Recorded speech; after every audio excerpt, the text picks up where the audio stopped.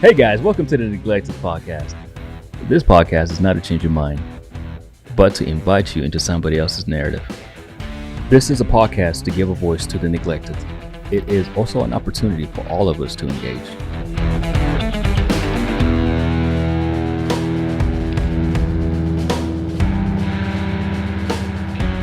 All right, what's going on, everybody? Welcome to the Neglected Podcast. My name is Nick Schultz. You can hit me up at Schultzy Time. We are at For the Neglected. I'm here at City Church with my producer, Quinn. What's going on, man? Thank you for being here. And today is very unique because we have two guests in the studio, and they are twins. And one of them is Tavon, who's sitting over there, not on the mic yet, but he will be, and his twin brother, Davon. Hello. What's going on, man? It's good to have you here. Yes, it's a pleasure. Appreciate you taking the time to do this. We had a mutual friend who I spoke with reach out to me and said, hey, you need to go talk to these brothers. They'd be awesome for the podcast, and just small snippet of their story and what they do. And I was like, boom, that's perfect. I would love to have them on. And just reached out on Facebook and started a conversation. And here you are from all the way out from Statesboro here into Savannah to share your life and your story. And I appreciate you guys being here, man. Yes, sir. No problem. So let's start at the beginning with you guys when you were younger. Either at birth, where you were born, kind of your family dynamic, neighborhood, and just a little bit about your childhood, and give it to us. Yes, sir. Well, we're from Sumter, South Carolina. It's right. Whenever we say Sumter, a lot of people don't really know, so we always say Columbia. So because Columbia is right next to Sumter, probably like 35, 40 minutes away. But our mother, Patricia Jacobs, she had us, she was doing drugs when she was pregnant with us. To be more specific, she was doing crack cocaine. The whole time she was pregnant with us, she never visited a hospital. So she didn't even know she was having twins. Wow. And whenever she went to, to the hospital to have us, I came out first. And then we, after the doctors came, they was like, whoa, it's another baby in there. That's when they had to do an emergency C-section. And then that's when they discovered Tavon. He was stuck under my mom's rib cage. How he got there, we do not know. But they said when we came out, we were so small that we could have fit in a shoebox. We also came out. Were you preemies? Or did you? Correct. Okay. We was like 2 pounds. Oh, wow. And then just like I said, my mom was doing drugs while she was pregnant with us. So we came back. We came back as crack babies, considered crack babies. And that's why I got this right here on my throat, because they had to run the tube because we had different difficulties at birth. But then as soon as my mom had us, that's when DSS got involved quickly. Right after you were born? Right after we was born. So my mom ended up signing some papers that she wasn't familiar with, that she was signing. And then after that, DSS came and took us out the hospital. Wow. So we got took from our biological family at birth. During that time, my father, which is Hayward Archie, he was trying to fight to get us back. But at that time, my mom was telling him that he wasn't the father. So at that point, he kind of backed up. And then that's when we had a couple of other family members trying to get us back. And then we just got so far in the system that it was just, we was just too far gone. And we was placed in the foster care. And that's really the beginning right there. The reason why we got took from my family. So what age what's your farthest memory back where you remember something? I remember we were staying with, I don't really remember, but I kind of remember we were staying with this older white couple. So just like I said, we was in foster care until we was 2 years old. And then that's when we got adopted by the Woods family at the age of 2. Okay. And describe me the Woods family. What kind of family are they? Are they like ethnicity, background? Were they living in the same area? No, we that's when we then moved to Greeleyville, South Carolina. It's probably like an hour away from Sumter. The Woods family is of course a black family. And it was just like growing up was very hard. We didn't really, looking at them, we were so young, so we couldn't really understand that, okay, like these not our parents. Mm-hmm. That's just like when birds have their babies, they immediately get kicked out the nest and they're just placed into a world that they don't even know. So that was kind of like us, like we was just placed into a whole different environment that we knew nothing about. You know, of course, we got comfortable with these people. So in our mind, we thinking like, okay, these are parents. But on the other side of our mind, we like, they don't look nothing like us. So it's like, you know, it came to a point where we checked. I remember like it was yesterday. I checked the mail and I saw a letter in the mail and it had Davon Jacobs. So my name that I have now is not even my biological name. My biological name is Davon Jacobs. Tavon name was still Tavon.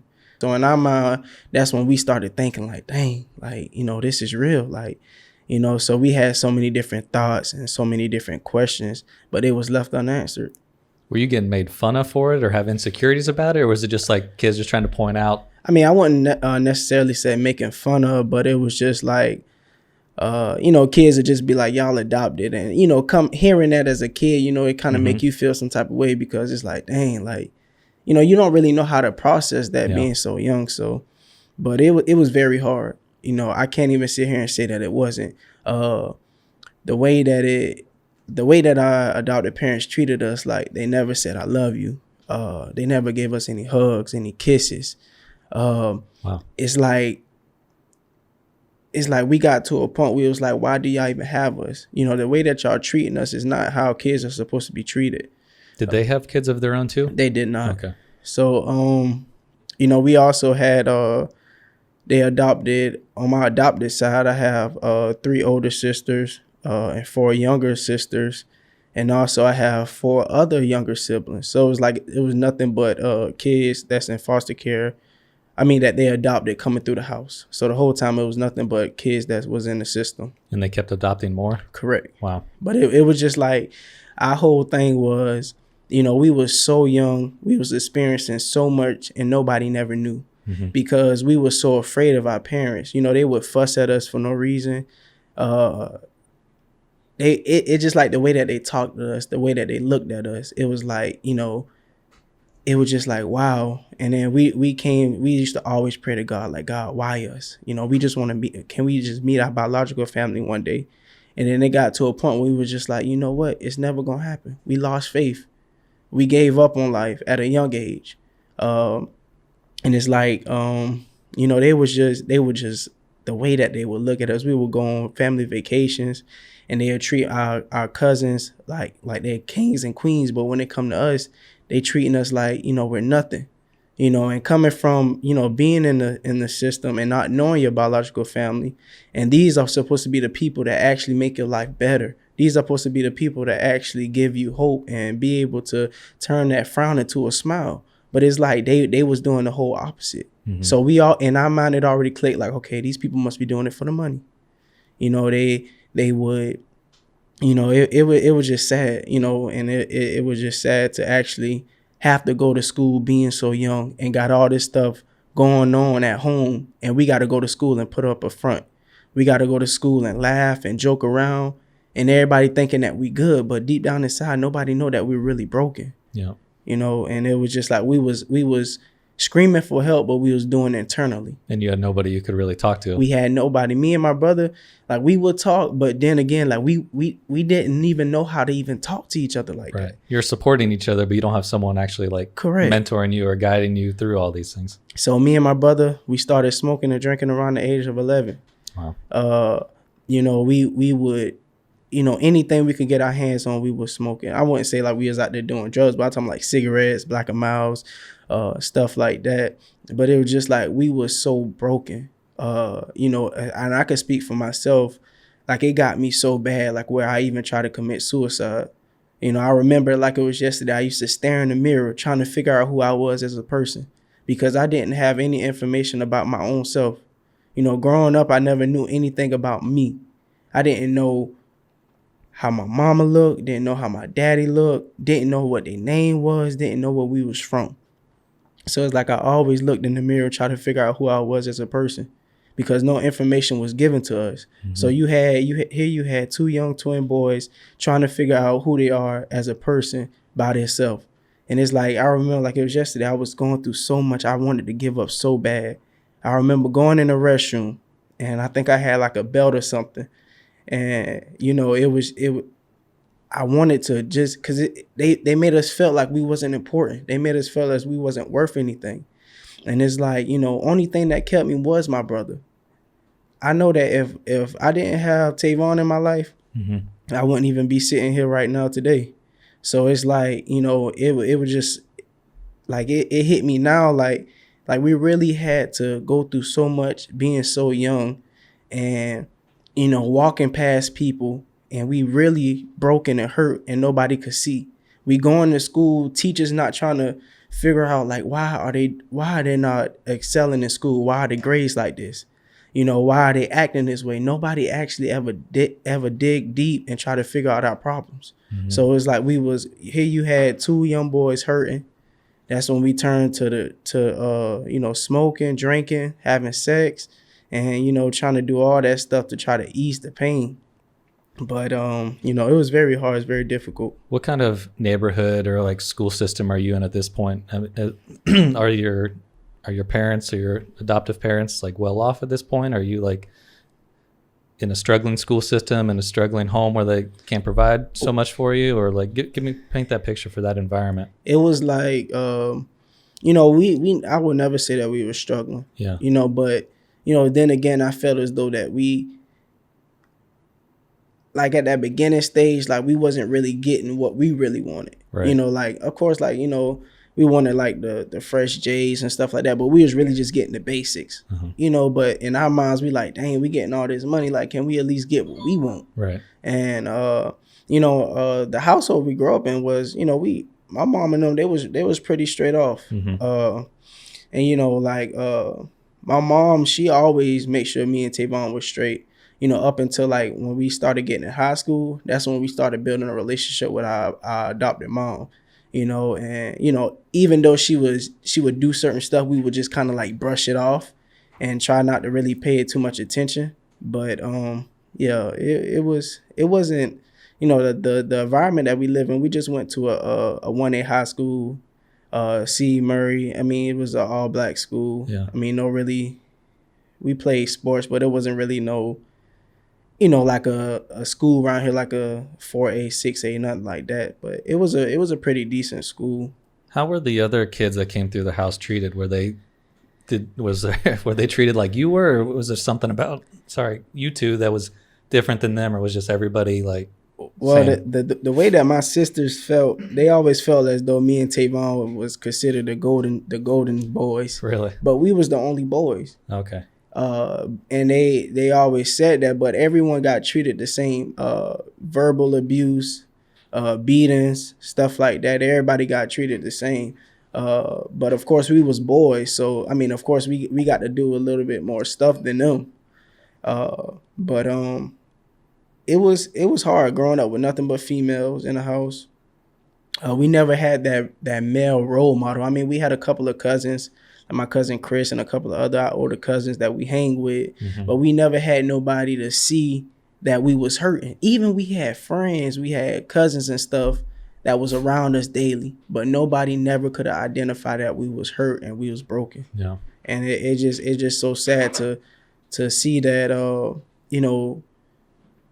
it's so many other kids that's going through the same exact stuff that we're going through. So would they take you to church, or were you around any other kind of environments besides school and just home? Or? Oh yeah, we was in church, but we wasn't in church. Yeah, I understand. Our body was in the church, but our mind was probably somewhere in, I don't know what state. But well, I'm sure it's really hard too if your parents are taking you to church and then like everything you are being told there completely doesn't line up with how you're being treated and viewed at home and that what kind of like pushed us away from church because we was like, dang, like we going to church every Sunday, but when we leave these doors, y'all acting a different way. So it's like everybody putting on the front, but when y'all get to the church, y'all a whole different person. Y'all in here praising God and y'all doing this and doing that, but when y'all leave the church, it's a whole different person. So that would kind of like push us away from church. So we used to go to church every Sunday, but we never used to pay attention. What was I don't know if you can pinpoint an exact age, but when were you starting to develop those feelings of, man, I really want to know my biological mother or family and kind of miss them or want to know more, want to see them? To be honest, just like I said, we really kind of gave up. Like it got to a point where it was like we never gonna find our family. You know, we never gonna find our family. So we kind of got comfortable where we was at. So we started, like, everybody that was around. That was the only family that we knew. So they was our family. And you didn't feel comfortable talking to your adoptive family about that at all? I didn't feel comfortable talking to anybody at all because that outlet never was open. Just like I said, we would go to school, laugh and play around and joke, and you know, it was like the whole time we were just being actors. You know, actors they become a person that they're really not, but behind scenes that's the real them. You know, but nobody never see the behind scenes. Everybody just see the movie. Everybody see everything after everything is done and edited. You know, but it's like our behind the scenes was just many nights we cried, many nights we just, you know, just wanted to give up on life in general. And it was very, you know, it got us to a point where it was just like, help is never coming. You know, help is never coming. We comfortable with these people treating us like this. We got comfortable with it. That's like if a person get abused for a certain period of time, eventually they're gonna get comfortable with it. You know, that's gonna become their lifestyle because, you know, that's all they know. You know, so we got used to the verbal abuse. We got used to, you know, the way that they was treating us. But it was just like we never had anybody to go to. Yeah. And you touched on talking about your teenage years and how you were, I think 11, and you're starting to just using stuff to basically probably cope and just take feelings away. Correct. And like deal with all those things. And I think we'll bring your brother here in a second to kind of share about that. But, you know, was it just a decision you guys made together? Like, hey, somebody's offering something and we want to do it. Or it's just like, man, we don't care at this point. We just like whatever somebody's giving us or whatever's out there, what do we have to lose besides doing this stuff right now? To be honest, you know, we never really understood why we were seeking those things. But now it makes sense because, you know, a lot of people fail to realize that, you know, the stuff that your parents done, the stuff that's, you know, that run in your blood, that stuff is real. Like, more than likely, if somebody dad sold drugs, more than likely that son probably going to follow in the dad footsteps. You know, 9 times out of 10, it don't always be like that. But, you know, nobody never understood us. Nobody never knew us. Nobody never knew who our mom was, who our dad was, or who our family was. So that stuff was already in us. You know, we just wasn't in the right environment. You know, so it was just like, you know, we just wanted, that's just what we wanted. You know, it wasn't like Tavon, like, you know, you trying to go smoke this and that. It was just like we all had the same, we both had the same mindset. Yeah. And you know, just like I said, during high school, it was tough. You know, it was tough, but just like I said, it got to a point where we just kind of forget about the pain that we was experiencing. And that's just like it's just like trash. If you leave trash in for a certain period of time, it's going to create a different smell each time. The longer the trash stay in, the worse the smell is going to get. So that's the same thing with us. Like, even though we forgot about it, it was still eating us up on the inside, and it was just turning us into people that, like, it was just turning us into some, like, I don't even know how to explain it because, you know, we got to a point where we didn't even know how to treat females. You know, we didn't know how to really talk to people because, just like I said, my mom and dad, they never said I love you. You know, can you imagine going from a young kid up into a teenager not being told I love you, or being told that, okay, that, you know, you're important, that you're special? You know, we didn't got those words. We didn't got those hugs, those pats on the back, none of that. You know, so that kind of pushed us in a different direction. So whenever we did used to talk to females, you know, we didn't even know how to treat the females. Yeah, well, I think that's a good segue to bring in your brother here to talk about kind of that next phase in your life with the teenage years of, because, you know, we bring that up a lot with guests, is that a lot of traumatic stuff happens to people in their youth and right before they hit their teenage years, and then you throw in, you know, puberty and like all that kind of stuff, where like even if you have a good family, like when you go through puberty, like your mind and your body's all messed up anyway, and you're like interested in exploring all these things and you're not sure what's happening. But then for you guys, Davon, you not only are you doing that, but you're in a family situation where you don't feel loved, you don't feel listened to, understood. You have probably almost like an identity crisis. If you don't even know who you are, you don't feel like you belong to this family. You belong to someone else, but you don't even know who those people are. So welcome, Tavon. But, paint that picture for us of what's that like going into your teenage years, of how you both are you're viewing yourself and the kind of things you're getting into, because you're just not sure. Mm-hmm. So kind of after we graduated high school, when we was in high school, we started modeling and acting.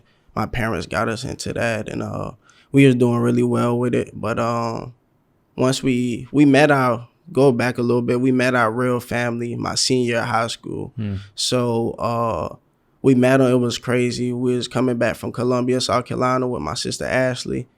And I said, let's stop by something mall. Davon was like, nah, we want to go there. It's a whack mall. I was like, let's just go. So we went, and we was leaving out of Route 21, about to head back to the car. And a guy walked up to us and said, man, y'all look like my cousins. We like, nah, you tripping. Oh, my goodness. And he was like, nah, y'all look like my cousins. I said, so what's your last name? He said, Jacobs. I said, no, that's our real last name too. Then he said, I knew y'all was my cousins, and come to find out, it was my first cousin, Tim Jacobs. He was the first person to ever see us. And he started calling all my sisters, my dad, my mom, and God allowed it to happen our senior year of high school. And we kept it all a secret from our adopted side. We didn't tell nobody. Really? So we would go sneak to Sumter. We tell my mom and then we going to Manning, which is like 15 minutes. But the whole time we going to Sumter. And we sneak, and we didn't tell them anything. And that was just that story. And but growing up at the high school, that's when we really got into the streets. Me and Davon, we wasn't clear on what we wanted to do in life, because we didn't have parents that pushed us. We never got pushed. Our favorite sport was baseball, but we never got pushed. None of my parents pushed us in that area. So after high school, we didn't really have a clear goal of what we wanted to do. So we moved to, we tried college, but college wasn't really our thing. Mm-hmm. And that's when we moved to Conway, South Carolina. And then that's when we first ever got introduced to selling drugs. And that's where we sold our first bag of weed in Conway, South Carolina. All right, I got a couple questions for you. Go on with that. How did your biological parents feel about you guys moving away after high school? Biological parents. Sorry, not your adoptive parents. Adoptive parents. They was all for it. I guess they kind of know that we didn't know what we wanted to do as well. Right. So they kind of, they didn't have a problem. We just upped in. We moved. We got out. We moved to.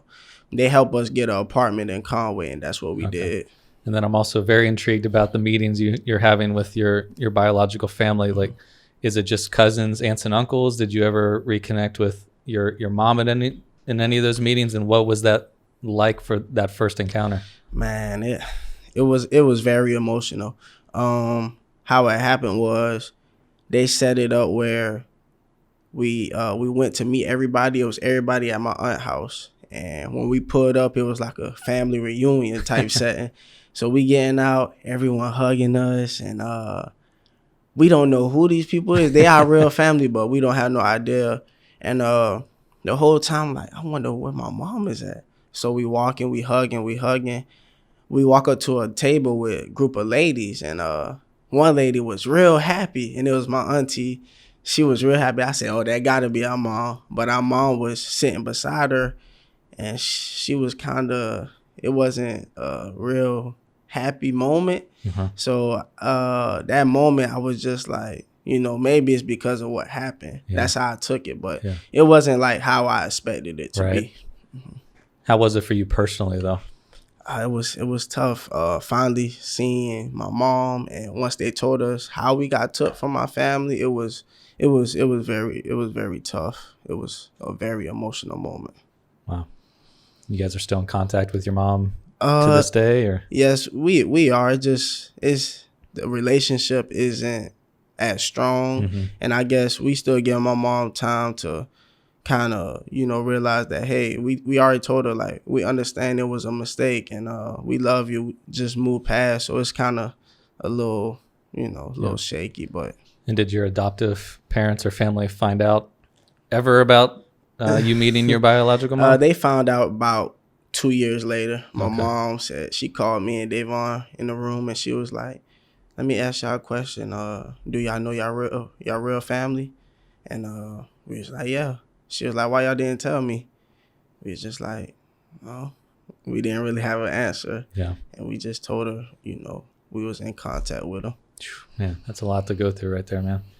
So you now at this point, going back to the part of the story where you picked up, you moved away. You guys are living on your own, and to make money, you start selling. So take me through that process of when, because both of you kind of have to agree together that you're going to do something, because you're each other's support system, probably best friend, all that kind of stuff. So it's probably not necessarily one dragging the other one to everything. You're kind of a team there. So take me through the team decision of like, hey, we're going to sell and do this. And like, what was that like to actually mentally say, yeah, this is what we want to do? Because when we was in Conway, man, we was on our own. When we was down bad, then we was working at Under Armour, but the pay wasn't all that. We was like, man, we got to get some more money. So Davon got linked up with this dude, and that's when Davon got a pack, and he started selling, and he sold it fast. So we was like, wow, we can really sell this. And once he got into it, that's when I got into it. I was like, okay, I see Davon flipping this. Let me get into it. And from there, we went up. And just like I tell everybody, who wasn't like no John Gotti or no, we just did what we had to do to get by. Right. We never claimed ourselves as drug dealers. We just looked at it like, hey, we need some extra change. So that's why we got into it. We started all that in Conway, South Carolina. And at this point too, are you taking the drugs yourselves as well, or just? Oh yeah, and okay. I had to, for myself. I know we smoked weed a lot because we felt like that was something to ease all the pain that we experienced all through life. So that was like, weed was like a getaway for us. Sure. And did it ever get into anything harder than weed, or did you just stay with it? No, we just stayed with weed and Black Miles and stuff. We never did any. I was kind of too scared to do anything else. I tried pills, but it was just as far as weed was as far as we went. Gotcha. And what do you remember being, at this point, does it feel like, hey, life is kind of hot? I don't mean like high, like you're high, but I mean like this is a really good place to be right now. We're making money. Oh yeah. Was it a good time? And like, when was there a crash, or when did stuff hit the wall for you? It was like selling weed is like having your adrenaline pumping. Like you're like, I'm making this money this fast. And what happened was we started a house party promo, me, Davon, and my homeboy Jordan, and we was throwing like big house parties in Conway. And my adopted mom found out that we was throwing apartments in the apartment that she got in her name for us. And when she found out, she came down and she said, pack all y'all stuff. Y'all not staying here no more. Really? And how old are you guys at that point? 18. Okay. 18 years old. Pack all y'all stuff. Y'all not staying here no more. So we packed our stuff. We moved back with them. And that was it for Conway. But it's a lot of stuff that took place in Conway. But my mom, she found out we were selling drugs, and because somebody was telling on us, but we didn't know who it was. But she found out all that stuff, and she took everything from us. Okay, so you guys you're 24 now, right? Yes, sir. So that was when you're 18. So what's happening between 18 and 24? 18. From 18 to 21, we moved. We stayed in Mounts Corner with my big cousin Chris, sleeping on the floor. We stayed with my cousin Chris before we moved to Conway, actually. I missed that. And that's when we was doing the modeling and acting. And in that time, we was going to Miami in May for a showcase. And we was in Mounts Corner, and we used to steal a lot. And we got caught up stealing some stuff in Walmart. And they was building a case on us the whole time. The whole time we thought we was getting away, but they was building a case. And one time I stole the iPhone phone case, and they caught me. And they locked us up. They called 2 police cars and took us to the to get our fingerprints and all that stuff. And in that moment, we didn't actually went to jail, but because my cousin, he was a police over there, so he worked some things out, so we didn't have to go. And that whole moment was like we blew everything because we had Miami coming up in May, and we was doing all these things we was in the newspaper for modeling and acting and stuff like that. And it was like we was blowing it, but we was able to get over that little hump that we went through in Mounts Corner. And from Mounts Corner, that's when we went to Conway. And from Conway, that's when we moved to Sumter and stayed with my real family. And that's when we got introduced to selling crack cocaine. Okay. Well, that's a lot going on right there. And so what are you feeling like, if you can remember, because it's not too long ago. Mm-hmm. I mean, are you feeling like once you hit 18, we're kind of on our own. We're adults now. Mm-hmm. Hey, we are men, but at the same time, like, you haven't been raised what it even means to like be a man, be a husband, be a father, you know, how to truly love someone and do that kind of stuff. So I'm just wondering, even looking back on it now, like, what were you thinking when you were 18 at that age and getting in trouble and all the things you were doing, and seeing where you're at now in life, and just like, how do you view that period of time? It's just crazy because despite all the things that we was doing, we always wanted to do right. We always wanted to impact the youth. We always wanted to do this, but we was doing so much wrong stuff. We was connected with so much bad influences. And it's just like we always had that good in us, but we was doing bad based off all the stuff that we experienced all through life. And we just got to a point where we kind of threw our future to the side and said we gonna stick to the streets, and we gonna do what we want to do, and that's how we live. That's how we was living. All right, so tell me about crack dealing then, because that's a whole different ball game there. Yeah, man. Like, we wasn't, like July said, we wasn't no big crack sellers, but we did sell some, and it's crazy that I look back at it now. We sold the same thing that got us taken away. Yeah. So my mom did crack, and we ended up selling it, and it's sad because we ended up selling it to our family members. Wow. So I'm sitting here watching a person in my family selling him crack, and he's doing it right here in our face, and I look back at it now like, whoa, that was a dirty game, but we was just in it because we was trying to make a little bit of change. And did you partake in it at all as well, and just stayed away from that? Yeah, just sold it. Yeah, that's such a full circle picture of, man, it's not like poetic, but it's amazing how that's why you were taken away from your mom. You know, you even have the scar over there to show it, and now you're selling that same stuff, you know, to family and to other people. And it was like your brother said earlier, it's like, you know, you become who your parents are, and you don't realize the process it takes to get there because you don't see those small steps happen, but all of a sudden you're at that place and you open that door and you're there. And yes, sir. So how long are you doing that for, and when's the light bulb go off to stop? And I just did it. I did a couple of serves.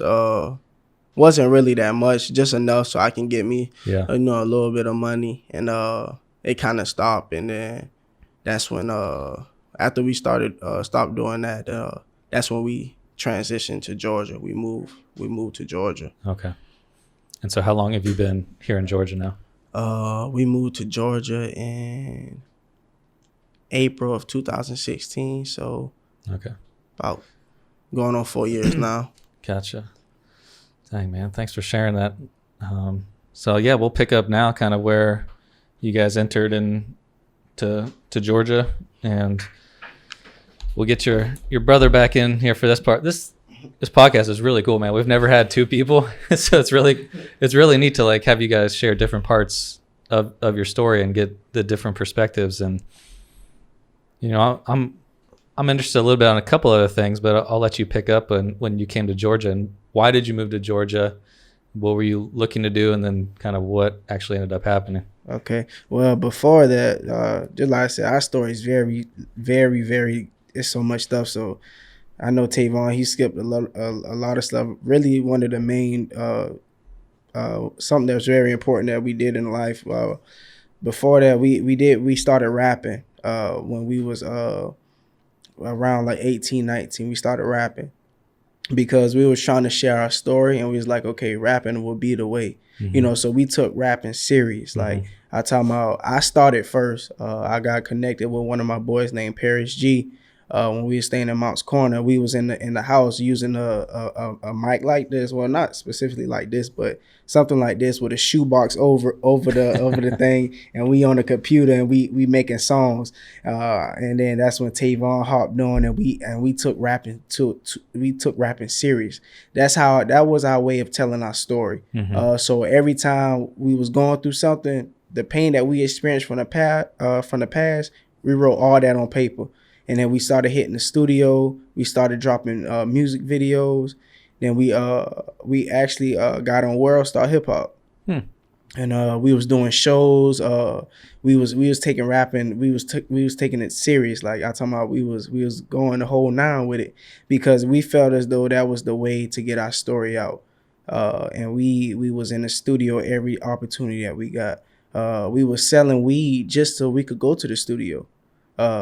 We were selling weed so we could go to the studio, selling drugs to get money so we could go to the studio to do these different raps. But rapping was a major part of our life, because, oftentimes a lot of people, they don't really know how to voice the stuff that they're going through.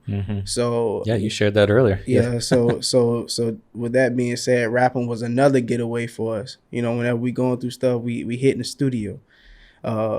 But yeah, I just wanted to share that. But yeah, we took rapping serious. When we was rapping, there was a lot of people that wasn't really rapping where we was from. Everybody was just doing the basic. But when they see me and Tavon started dropping videos and stuff like that, everybody hopped on board. So it's like now I look back in my city, you got everybody rapping now, which we don't rap anymore. But it was just that was a big part of our story as well. And Yeah. So what happened when you came here to Georgia? Well, how we ended up coming to Georgia. My older sister Willette, she was pregnant during the time, and her husband is in the military. So she of course needed help around the house. So me and Tavon, we wanted to get out of where we was from anyway, because we wasn't doing nothing, just running the streets, doing this and doing that, not really doing anything productive. So my sister, and one thing about me and Tavon, we moved a lot. Like any opportunity we got to move, we will move. Like Tavon ain't shared, but we was talking yesterday, I think, and he said he still got the same basket from years ago that he used to move all his stuff in. Like we used to get up and move like it was nothing. Like we done slept on so many different people's floors, so many different people's couches, and just moving from place to place and place to place, not being consistent. But what happened was my sister, she extended the invite for us to come up to Georgia. We was like, you know what? We might as well go. We never had no problem moving, so we went.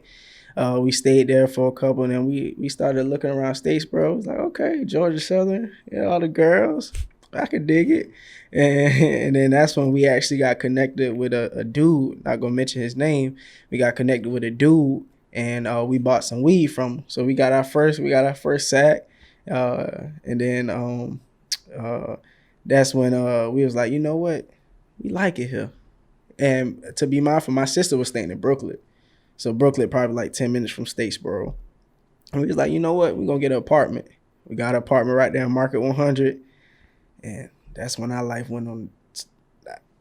I thought our life was crazy in South Carolina. When we moved to Georgia, our life got on a different level. Why is that? When we moved in, our roommates was Bloods. They was a part of a gang. Everybody when we met that was in Georgia, majority of them was in gangs. Really? So me and Tavon coming in, we had the dreads at the time. We actually had dreads as well.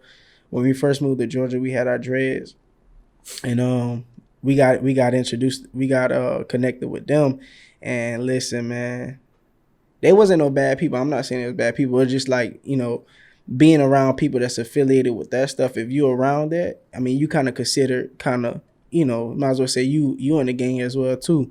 But when we moved to Georgia, we had no family here. Only person we had was my sister. So we had no family here. We didn't know anybody. So we was what happened was we got a part of this promo team called Joker's ENT, And what they do is they throw different house parties, different club parties and stuff like that. So we got connected with them, and it was just like, man, like Georgia, it was just like, wow, like, we seen people get shot right in front of us. Prior to that, in South Carolina, we actually saw our own cousin get shot right in front of us. We done been in situations where we got guns drawn on us back in Conway. And it was just like, then we moved to Georgia. We around these people, and they done different stuff in the past. And it's like, by us being around them, that stuff coming back up now. So we around them now. So we done experienced a lot of stuff with that, and it just started getting crazy. And we was like, man, like it's just too much. And then that's when 2016. This plays a big part in our story as well. I remember I was at work. I used to work at Wendy's. And that whole day I was feeling like uneasy. It was just like something don't feel right. I get home, and Tavon, I never seen him like that. Like, I'm like, this man looked like he been crying, and I'm just trying to figure out like what's going on. I'm just fresh off work. I'm tired. He was like, Quell died. I was like, hold up. I said, what? He said, Quell died. I said, you said what? I was trying to process it, because we're talking about our 17-year-old little cousin.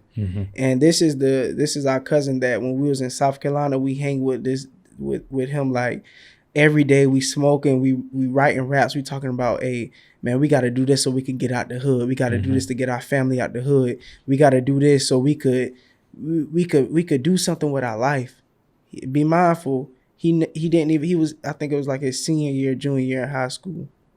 What happened was he ended up sneaking out the house to go buy some weed, and it was basically like a drug deal went wrong. He got shot in the head. He was only 17 years old, and it's like when Tavon told me that, I was like, ain't no way. I was like, not my little cousin. Like it still hurt me to this day, and it was just like wow, like he's 17 and he died just because going to buy some weed. And it was like, we immediately, we just like I said, me and Tavon, we ain't had no problem with getting up and go. We immediately packed our stuff and be like, we going home to go be with my family. And at that time, we about on 16, we like, dang, we ain't got no gas. So we had to turn back around, and then one of my roommates lended us some gas, and then we went home the next day. And it was just, that experience was just, they actually got me and Tavon to speak at the funeral, at my cousin's funeral. And be mindful, we ain't like how we was today. We was still in the streets, still, so it just goes to show how God could just give you a preview of what you're gonna be doing before you even know it.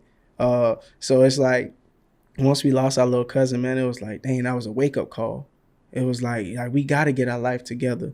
And that's when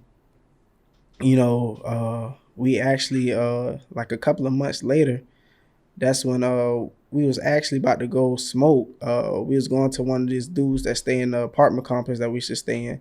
And then what happened was my sister pulled up and she asked us, did we want to go to church? I'm like, yeah, let's go. Tavon like, he trying to go. We was about to go, just like I said, we was on the way to go smoke. And then that's when she pulled up, and then that's when my brother-in-law asked us, he was like, so I got a question. So if God cracked the sky today, would you be going to heaven or to hell? And then I was, in my mind, I was like, I know I'll be going to hell. And that's when we actually got introduced to the church that we are attending today, which is Redeemer Love Church of God, the Bible Way. And then we was in Bible study asking all type of questions. Is it okay for us to smoke weed? Is it okay for us to do this and do that? And and then that's when that was really the, we got introduced to God, and we cut our dreads, and it was just so amazing how God turned our life around so quick. It was just so amazing. Like, to this day, I still can't believe it. I be talking to Tavon now, like, we never had any intentions of doing any of this. Yeah, that's really interesting and powerful.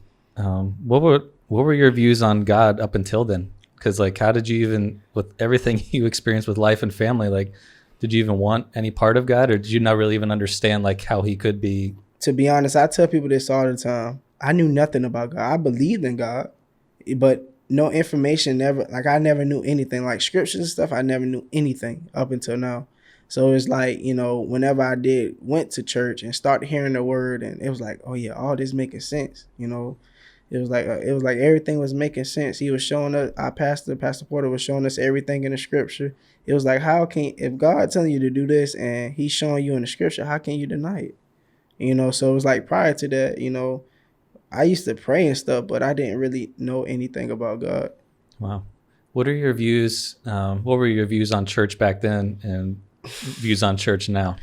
Man, just like I said early in the podcast, I would see people at my old church back home smoking cigarettes and going right back into church. And it's just like, I would see people, they live one way outside of church and they get into church and they're a whole different person. To me, I don't think that's right. I don't think that you should play with God like that. If you're going to live this lifestyle, live it 100%. Don't have one foot in the church and one foot out the church.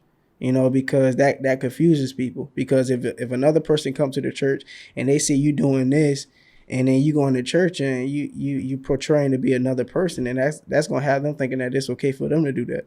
So it was just like, when we came to our new church, I seen that, okay, like this is for real. Like everybody's living this lifestyle for real. Yeah. How did I'm really interested. How did race play a part of your lives at all? Either kind of everything leading up to that moment where you kind of gave your life to God, and do you see it differently? Do you experience it differently? Pre kind of God and what you were going through, and like, you're in the South too, so whether you're a predominantly black church growing up and stuff, Correct. like you're in Statesboro, you're around white people. Correct. I know you're around some white people, so it's like, did any of your perspective of race, has it changed in any way of what you thought and what you see now? No, I don't think so. I was always really pretty open to, each and every, race or anything like that. But it's just like, I don't think that, I ever had like any issues with that. You guys having any bad experiences yourselves, like here at all, or?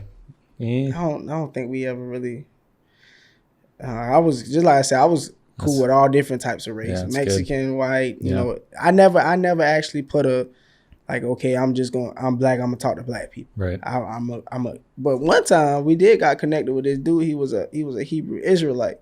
And he kind of started telling us this stuff, and me and Tavon kind of like trying to, we right there follow him up. Like he right there talking about, I don't like white people. And then me and Tavon right there, we don't know no better. You feel me? Like we right there follow him up. But, just like I said, I never had any, the whole time, we never shared this, but the whole time in high school, back to when we didn't know our family, we always thought our mom was white. Really? Yeah.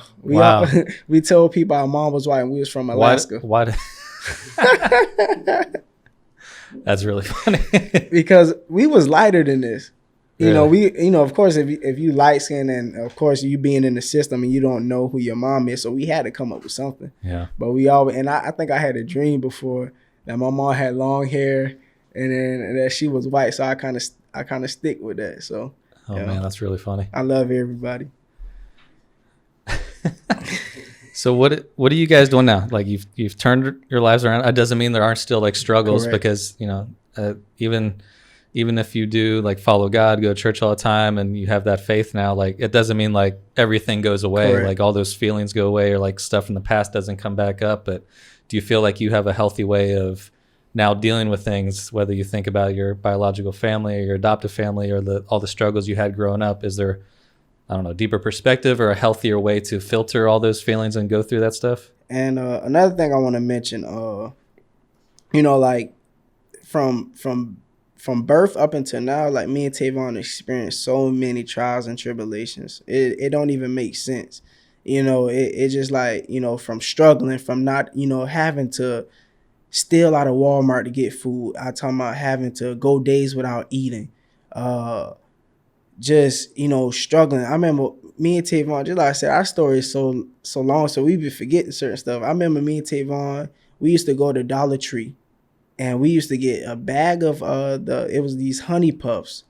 the honey puffs, and we used to get a bag of them, and I think we used to get a bag of candy, and we used to get something else, and that would be our meal for today, and we sharing that. I remember one time I had to steal some noodles out of one of my closest boys' house.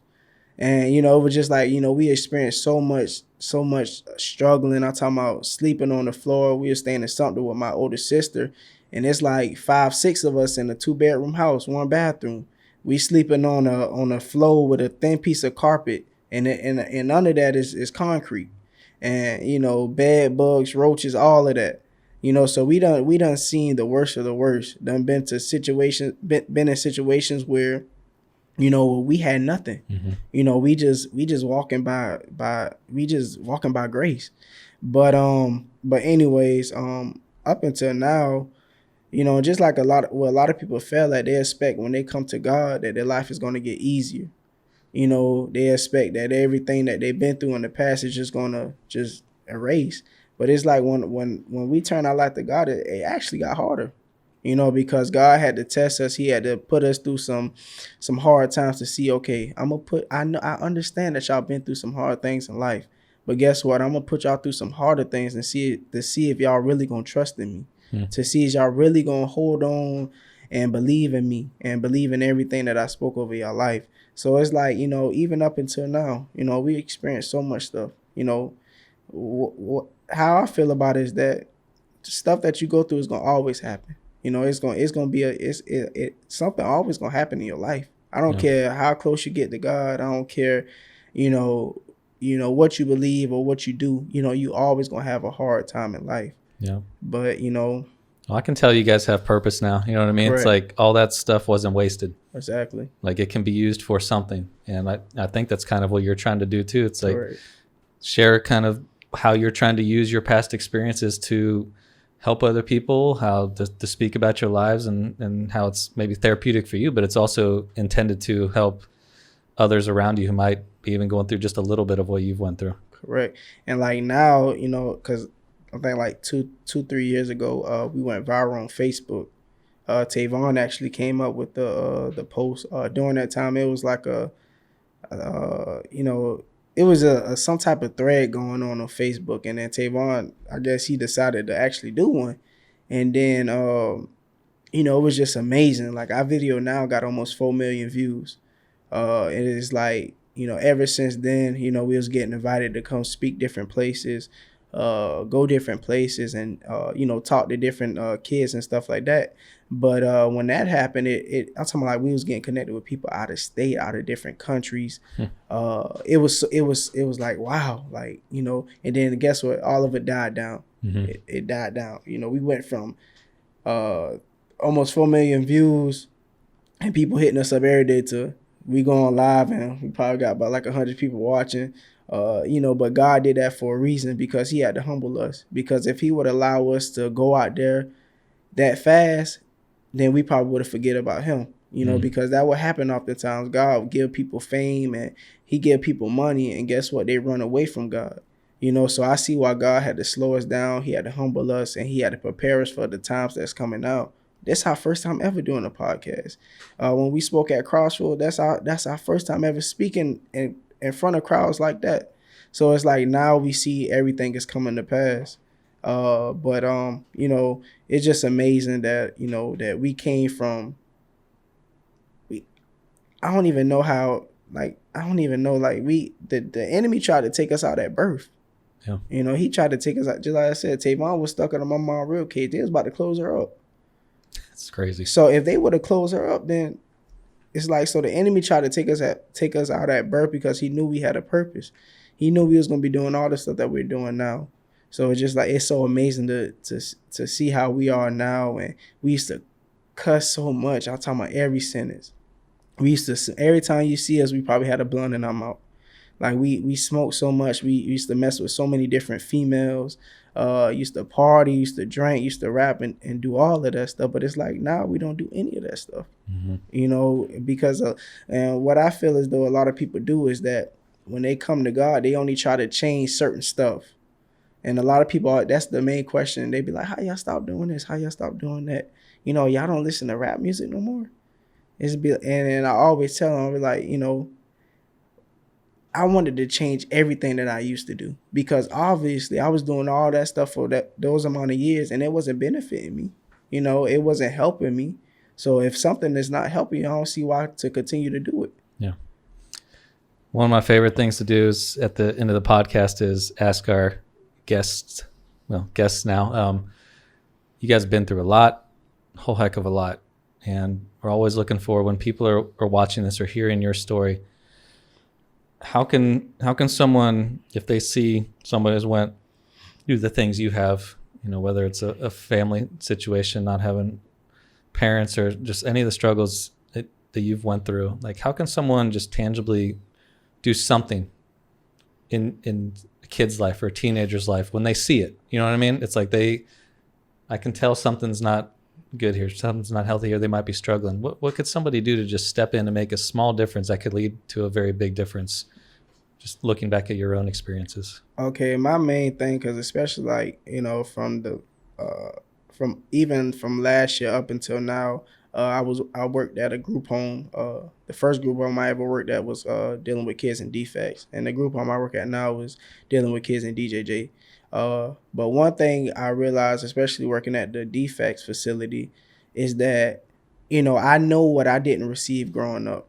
And now oftentimes you have a lot of kids that they're hurting, but they try to play so cool and try to put on a certain image so nobody don't know. Mm-hmm. So how I would approach it is just listen, you know, just take time out to listen to these kids. And the thing that the older people fail at is that they always try to attack the kids, always trying to be the one that talk. But sometimes you just have to listen to these kids, because that's all they need. They just want somebody that's going to show them and just listen to them and actually just be that voice. Yeah. Because oftentimes people always just want to talk and voice their own opinion. Mm-hmm. And with these kids is you got 12-year-olds and 13-year-olds that's experiencing way more stuff than a person that's probably like 50, 60.